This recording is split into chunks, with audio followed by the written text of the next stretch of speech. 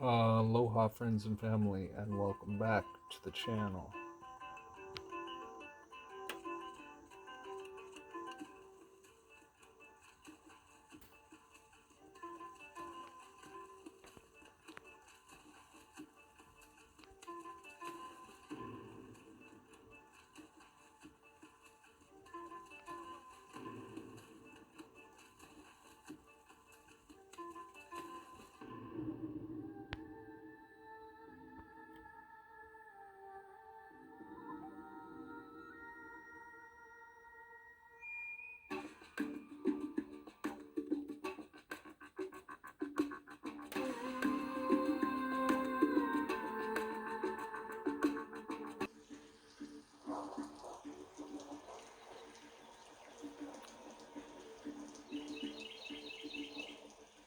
And, we'd yap about duality, the interesting game of duality. Isn't it interesting? If you decide to play the game of duality,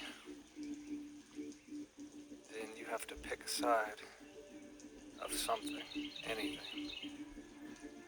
And once you pick a side, you have an opposition. Now you have something to fight with. Now you have something to argue with. Could even be just your own self.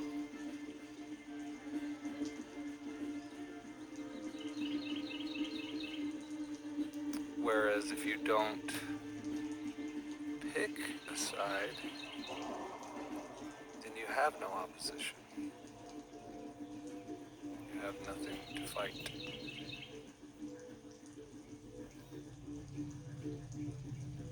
And at first, I guess that seems impractical in this world. Oh, you can't be in a dualistic environment and not participate. Oh, really?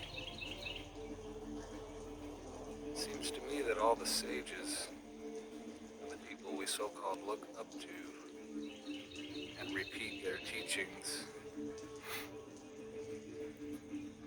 they were pretty neutral. It doesn't seem like they were doing a whole lot of duality in their reality.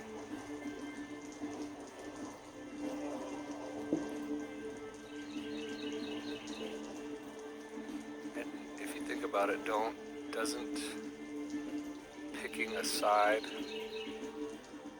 also have everything to do with beliefs and judgments? Because you're gonna, of course, if you pick a side, then you're saying with your actions, I believe something. I believe this side is the right side.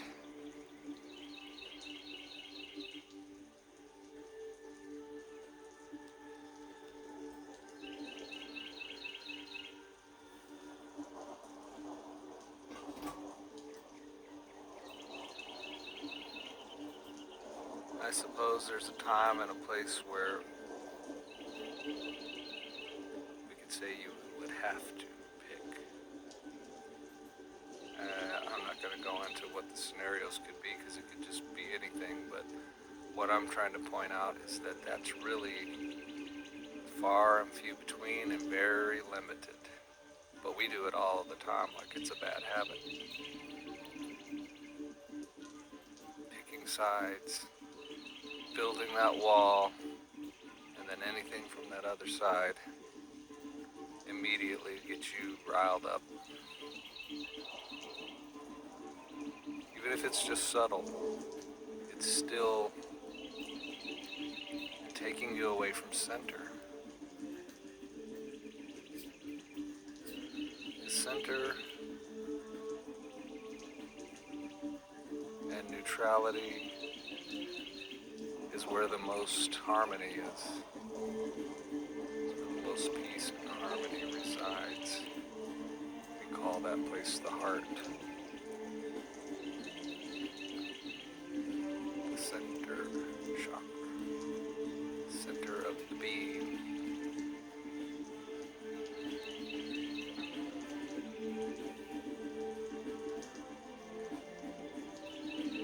notice, you either have noticed or you will notice, the more time you reside in your center, the more healed you become. And you even realize you are healing from things you didn't even know you had, wounds you didn't even know you had. Because duality makes you tough, right? Being on a side makes you tough or whatever, makes you right. I'm right because I picked the right side. Maybe. Well, for sure not, but maybe in your own mind. Until 10 years down the road, you jump completely across to the other side. And you think, oh, I was on the wrong side that whole time. Dumb me, stupid me. Now I'm on the right side, but you just did the same thing. And you'll go 10 years doing that. And then maybe you'll come to realize, maybe you'll accidentally end up in the center and realize how good it feels, and how tranquil it is, and how you're not expending all this extra energy and life force currency trying to make sure that everything on that opposing side stays out of your space, because they're your enemy or whatever. And to be blunt and point blank, what is it really? What is all that? Really? It's you fighting with yourself.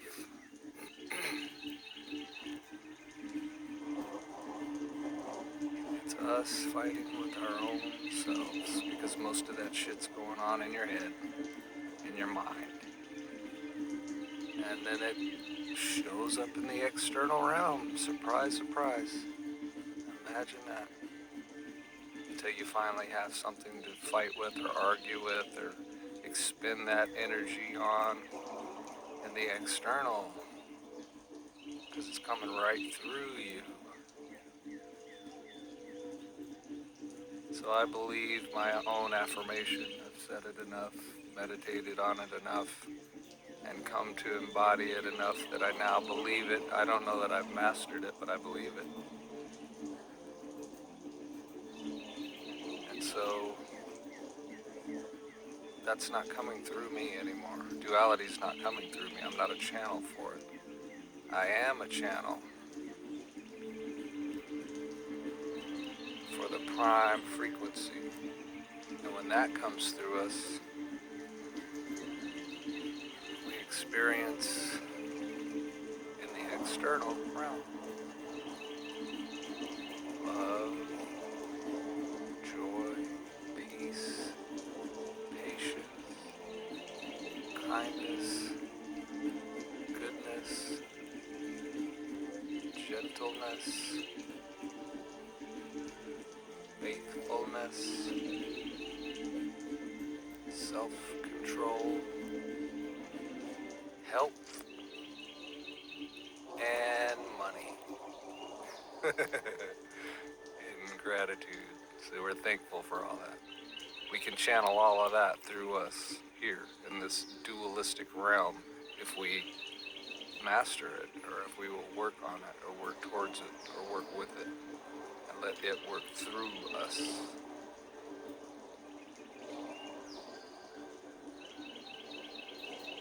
And I'm so grateful for that, because that means now I know I don't have to let all that other crap, work through me or come through me.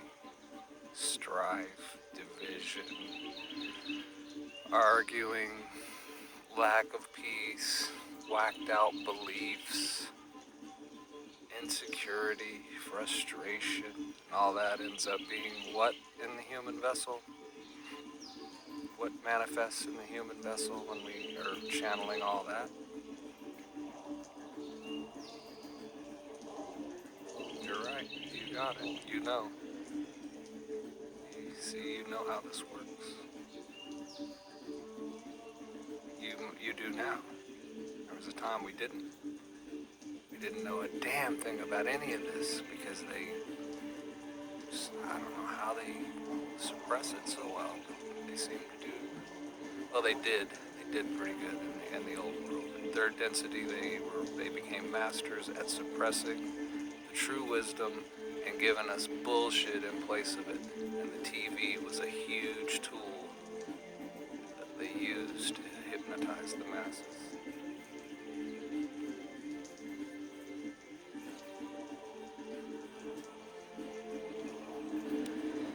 But we're transitioning into the new world as we speak. A lot of the old crap is diminishing and perishing and disappearing, and it is creating a space for the conscious and awakened to bring forth your gifts, bring forth your abilities to recreate this world and or its systems, or make better ones, make ones. What if we had heart-centered, heart-focused institutions and stuff like that in place, where it wasn't always just about the dollar amount. We're trying to help people, but we don't really give a damn about the heart or love or compassion or the humanness of humans. We just care about a dollar amount. That's the bottom line, and so that's what we focus on. And in doing that, you totally forgot about the humans involved and the purpose for which the institution was created to begin with. And it just functions for people that basically take advantage of it or, interact with it in that dehumanized relationship. And so therefore everybody says the system is broke, the system is broke. That's what they mean. It's become a dehumanized, inhumane system because it's always focused on the dollar and it forgot why it even existed or was created to begin with. So these things can be recreated, these things can be upgraded, these things can be made to function for the purpose for which they were created.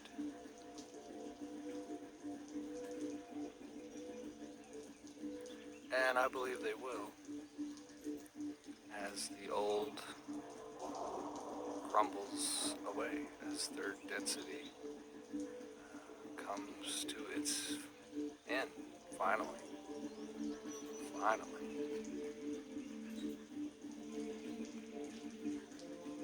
Humans on this planet have been in third density consciousness for a long time. Hey, Squirrely. Come on over, Squirrely, and make it a video, you big rat. Come on. I see Squirrely slinking over. I can't see this one.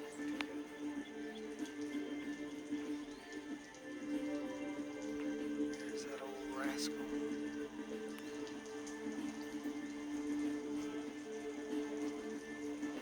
Baby.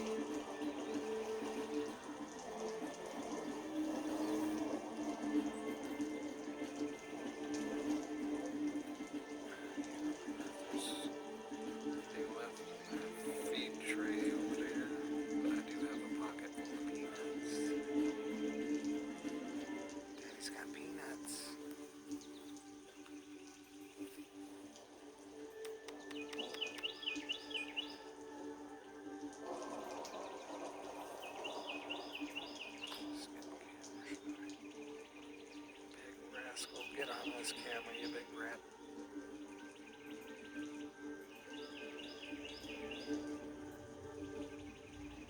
Gosh, listen to the songbirds. It's just so beautiful. I just sit out here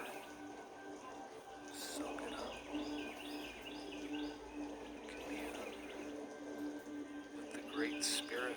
My plants, everything's watered, fertilized, and I'll give you a tour here at some point. We'll walk around, walk and talk plants. Sorry, I'm looking at the clouds. I haven't been seeing too many quote-unquote chemtrails lately. I haven't been looking, but I really don't see a lot of trails around here anyway, but I have seen some. And yesterday was pretty much blue skies all day, nothing. And today's looking the same. I don't see a damn trail anywhere of any kind.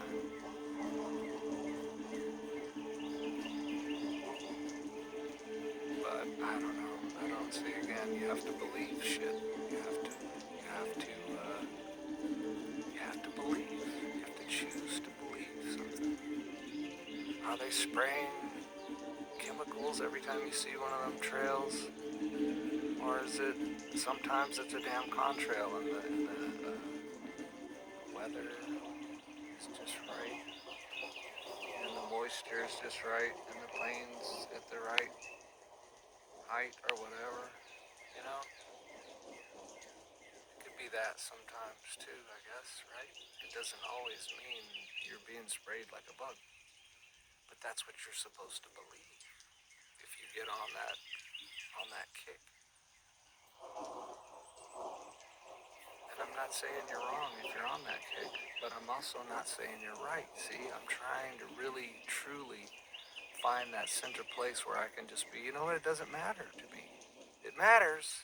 It does matter, but on one hand it doesn't, because I'm not giving anything to it. Oh, that's going to kill you, it's going to do this, that. Well, it hasn't yet. I'm not sick. I feel great. So maybe it only works on people that believe it. What if all the shit that we've been thinking was all this stuff was really meant to just get you to believe it? They do something and they say, oh, this is what it is. This is what's happening. You're being sprayed with these chemicals. All right, well, you got to believe that because you can't prove it. I mean, yeah, you can take soil samples, and yes, we found elevated levels of barium, strontium, and aluminum, and there's that whole thing, but I'm just saying, we can't go extremely right or left about anything, because then you're going to get into belief land, and some of the beliefs that you got attached to the couple of facts take you into this realm of bullshit, but you don't know it, and you think you're right. And you'll say, oh, I'm right, look at this dirt sample. Okay, but actually it was just in that area, and if you come over here to my yard and take the dirt sample, you don't find any of that. So, now what? I thought they were spraying everybody. I thought it was everywhere. You see? So, anything that you can't prove and verify for yourself, applying specifically to you, then you have to believe. You have to believe something. And I'm just not doing that no more. I just don't see the benefit in it.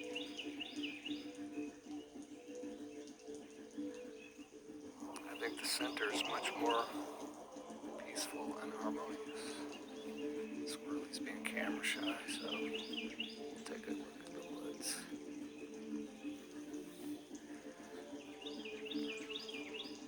Listen to the birdies sing. I was out here yesterday or the day before, listening to the songbird, these songbirds, and I was thinking, man, I wonder. Well, I've thought about this a lot of times. Like, what are they really doing? Are they talking to each other only? Are they specifically saying specific things like when humans speak? Or are they just harmonizing frequency? I don't know how to explain that, but like that's the best way I can say it.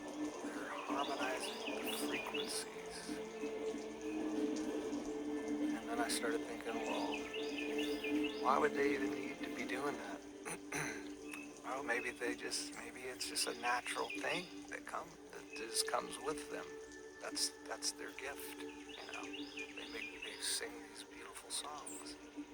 That's their gift. And what does it do? It harmonizes frequency. And who is it for? That's what I was thinking about yesterday. I was like, wow, man, I think these birds are specifically, and I know this sounds stupid at first, but let it marinate, that they're singing to me. They're singing for me. Because they could be a half a mile down the road, and I wouldn't hear a thing of them.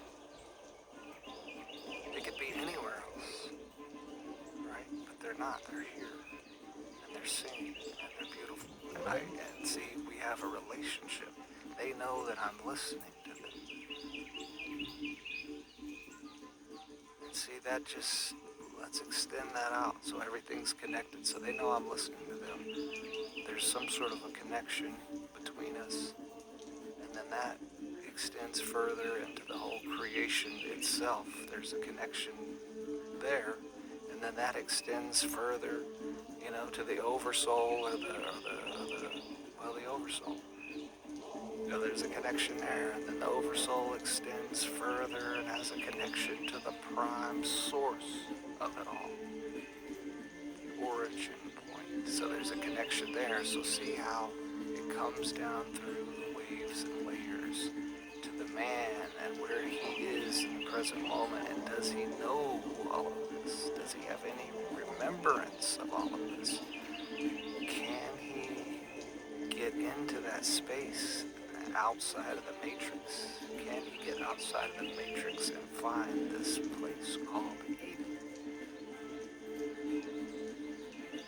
And it is both a real place and it's also a mythical place. So it's mythical to some people, but it's real to others.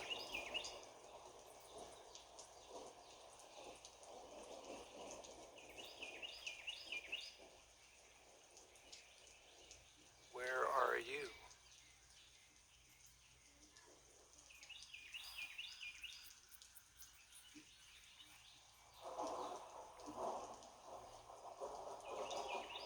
Well, your time's about to expire.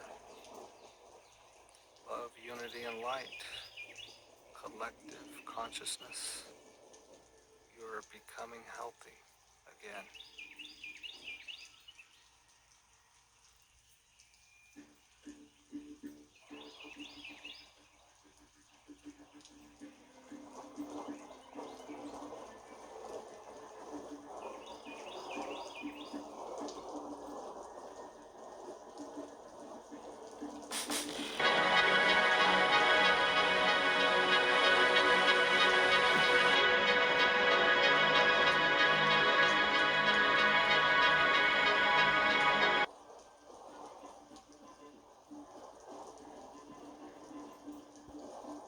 Greetings. We are the Arcturian Council, and we are pleased to connect with all of you. We are bringing you into a different experience of your reality when we connect with you. This is something that some of you are aware of, but not everyone feels the shift in their consciousness when they receive these transmissions. Those of you who are feeling the change in the way you perceive reality while receiving these transmissions are open. Your hearts are open. Your minds are open. And you make it very easy for us to help you. When someone receives a transmission from us or any other higher frequency collective, and all that person does is analyze it and pick it apart and compare it to other bits and pieces of knowledge, that person is not changing. That person is not receiving. Receiving is the name of the game right now. You are all shifting from a time in which you would think, ponder, and analyze, and then take action to a time when you are meant to feel, relax, receive, and vibrate. This can often befuddle your minds.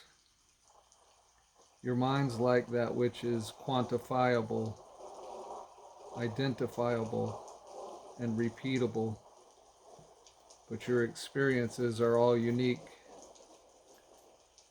And as you focus more on the experience of reality that you are having, rather than the statistics, you're always going to be masters of your reality. This shift is not just about waiting for a big event to happen and sweep you all up in the high frequency energies. This shift is about you deciding how you want to be in the world and how you want to interact with others, including extraterrestrials and non-physicals such as ourselves.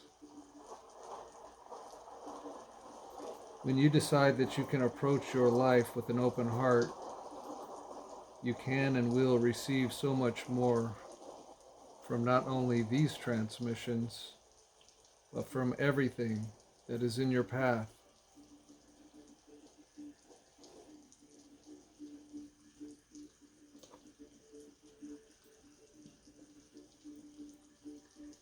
We are continuing to be amazed and surprised by how resilient you all are in the face of the many challenges that you have taken on for this lifetime. This lifetime has not been a walk in the park for those of you who have decided that you would awaken well before the time of the shift, and we want to acknowledge you for that decision. It is only through the facing of your challenges that you will be able to integrate all aspects of self before being able to help others who are struggling. There will be a great deal of struggle ahead of those who have chosen to remain asleep in this lifetime, and we want to be very clear about this.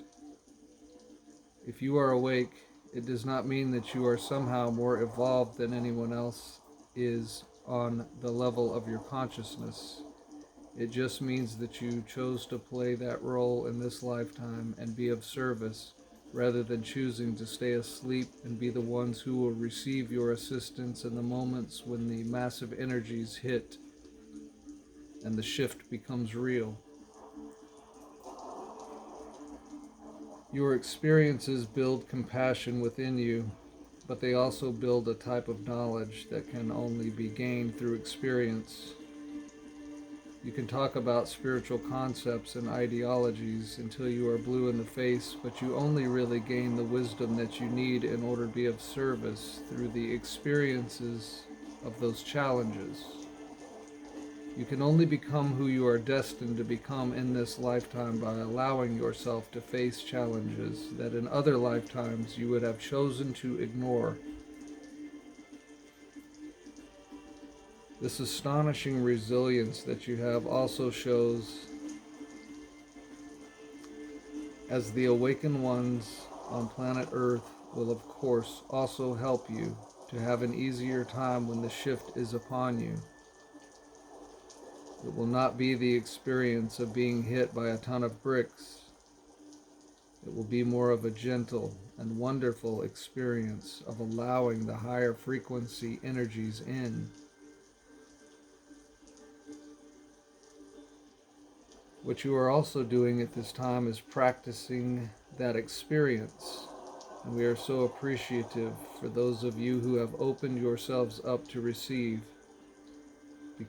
because it is through your willingness to feel and through your willingness to ground higher frequency energies that we can be of more service to you.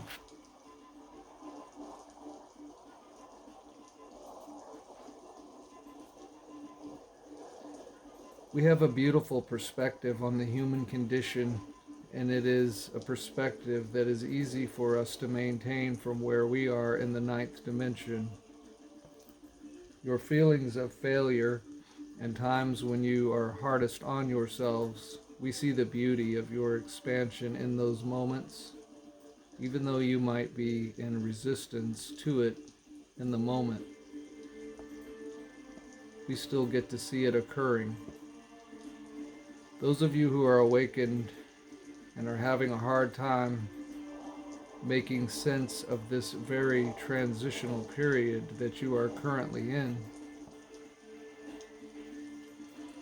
You are fourth dimensional beings, and that means you are essentially waiting for the shift to happen.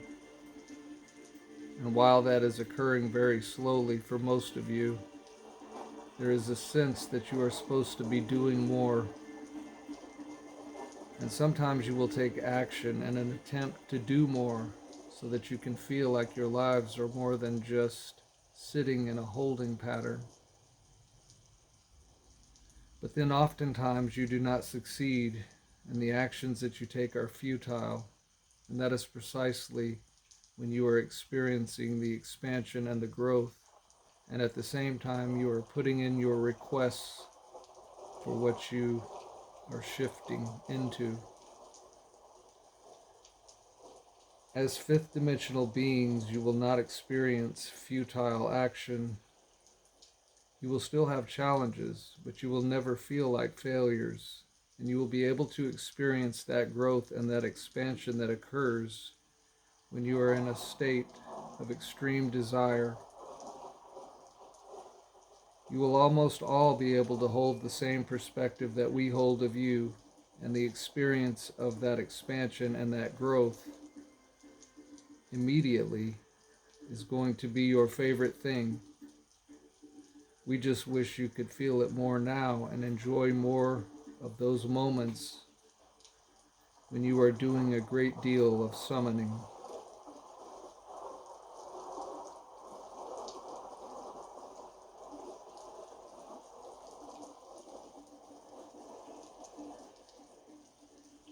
We are the Arcturian Council, and we have enjoyed connecting with you.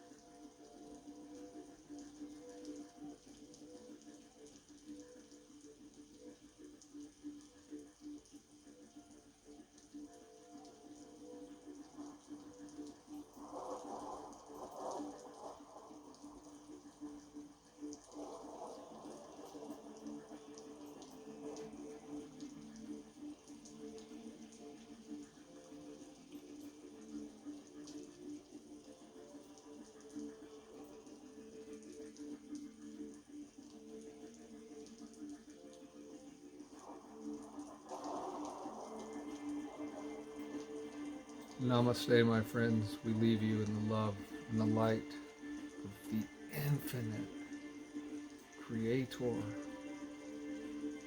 Until next time.